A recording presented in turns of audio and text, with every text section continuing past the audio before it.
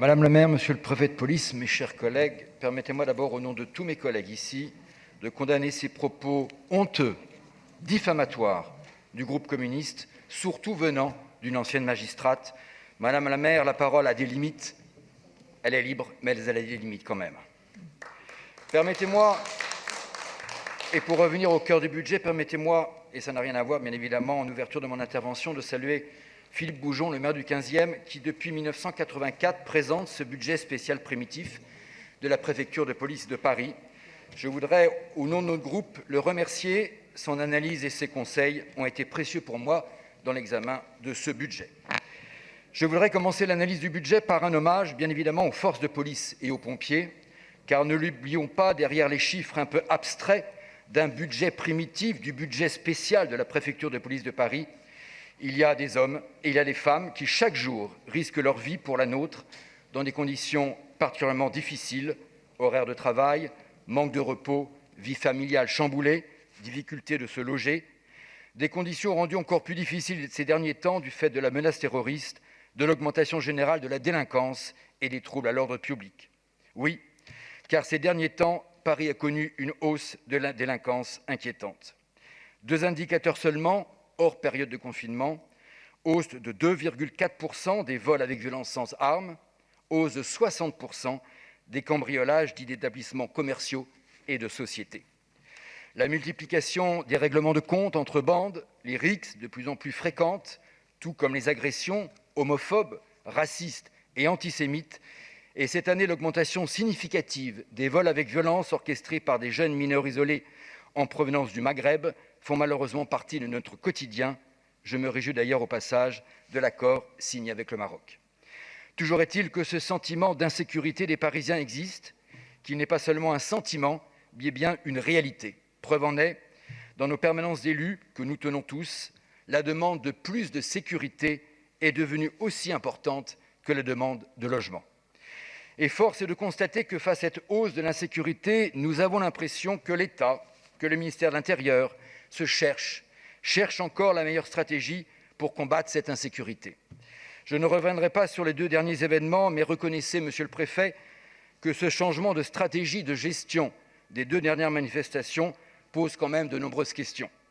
Je laisserai mon collègue du 20e, François-Marie Didier, vous interroger plus précisément sur ce sujet.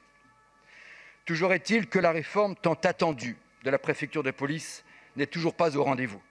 Vous n'êtes pas, monsieur le préfet, directement responsable, vous êtes en poste depuis mars 2019. Cette réforme est d'abord attendue pour les Parisiens. Vous le savez, la répartition de la compétence entre la mairie de Paris et la préfecture de police est toujours jugée complexe, et elle le sera encore plus quand de nouveaux uniformes, flanqués du mot police municipale, mais sans armes de défense, apparaîtront dans les rues de Paris. J'y reviendrai un peu plus tard. Cette réforme est aussi attendue par les policiers eux-mêmes pour répondre aux nouveaux besoins opérationnels, îlotage, déploiement par secteur, tout en préservant, bien évidemment, la spécificité de la préfecture de police. Car comme Philippe Goujon, je ne partage pas l'avis exprimé quelquefois par de hauts responsables du ministère de l'Intérieur qui proposent de s'inspirer du modèle marseillais et qui conduirait au démantèlement pur et simple de la préfecture de police.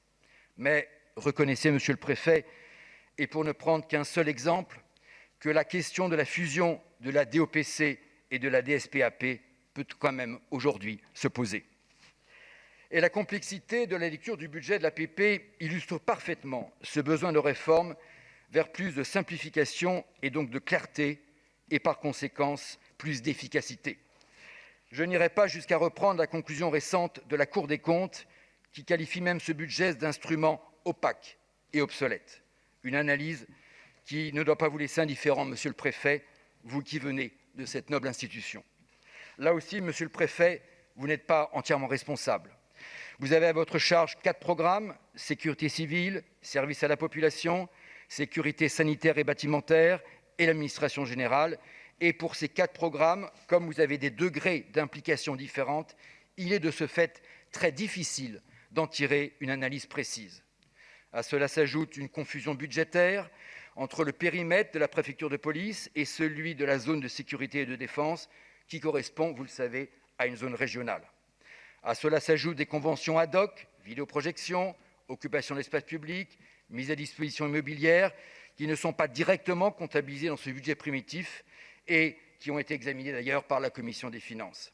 À cela s'ajoutent d'importants flux croisés qui compliquent l'analyse des relations financières entre l'État et la ville, tel le remboursement annuel de l'État au budget spécial qui compense le financement par la ville de Paris de missions relevant de la compétence de l'État. En définitive, les moyens budgétaires de la préfecture de police apparaissent dispersés, je vous l'avoue, difficiles à contrôler, et d'ailleurs, par définition, en opposition avec le principe d'unité du budget défini par la LOLF, mais en accord avec le Code général des collectivités territoriales. Même si cette année, vous l'avez dit, le mode de présentation en mode LOLF est enfin apparu, la lecture reste quand même très difficile. J'en suis même à me demander s'il ne faudrait pas, Madame la maire, Monsieur le préfet, supprimer ce budget spécial, comme le suggère d'ailleurs le rapport de la Cour des comptes, et de mettre en place des conventions particulières. Ce serait, avouez-le, avec parallèlement une vraie refonte de l'organisation de l'APP, une vraie révolution, un vrai tournant. Vous devriez vous en saisir, Monsieur le préfet. Pour revenir au budget, 685,58 millions. C'est donc le budget 2021 que vous nous demandez d'approuver, soit une hausse de 4,5%, dont 34% investissements et fonctionnement confondus par la ville de Paris. L'essentiel de cette hausse est légitimement destiné au plan décennal de renforcement de la BSP, entamé avec beaucoup de retard l'année dernière. Je regrette d'ailleurs qu'au passage, les autres crédits concernant directement l'APP sont en baisse d'environ quand même 1 million d'euros. Mais, vous le savez, ce plan de la BSPP était nécessaire, puisque son modèle était bâti sur un seuil maximal de 450 000 interventions annuelles, alors qu'aujourd'hui, les 510 000, 520 000 sont largement dépassés. C'était 522 000 en 2018, 507 000 en 2019, mais on ne peut pas vraiment comptabiliser ce chiffre à cause du Covid. Mais cette hausse est-elle suffisante? Permettez-moi d'en douter. Les enjeux sont importants et arrivent très vite. Le Grand Paris Express, les Jeux Olympiques et l'approche de la crue du siècle nécessiteront probablement, et au dire de certains hauts gradés, une restructuration et une mise à plat complète de la BSPP, en tout cas une accélération très importante de ce plan de renforcement. Je laisserai tout à l'heure mon collègue Rudolf Granier s'exprimer sur le sujet de la sécurité lors des interventions et de la question du logement, mais nous devons garder comme fil conducteur 3 idées fortes et le groupe Changi Paris y sera très vigilant. La première, la modernisation des outils qui doit s'accélérer. J'ai été encore surpris lors d'une récente visite d'une caserne de m'apercevoir que les pompiers travaillent encore à partir de cartographies papier et non numériques, même pour leurs déplacements sur des interventions.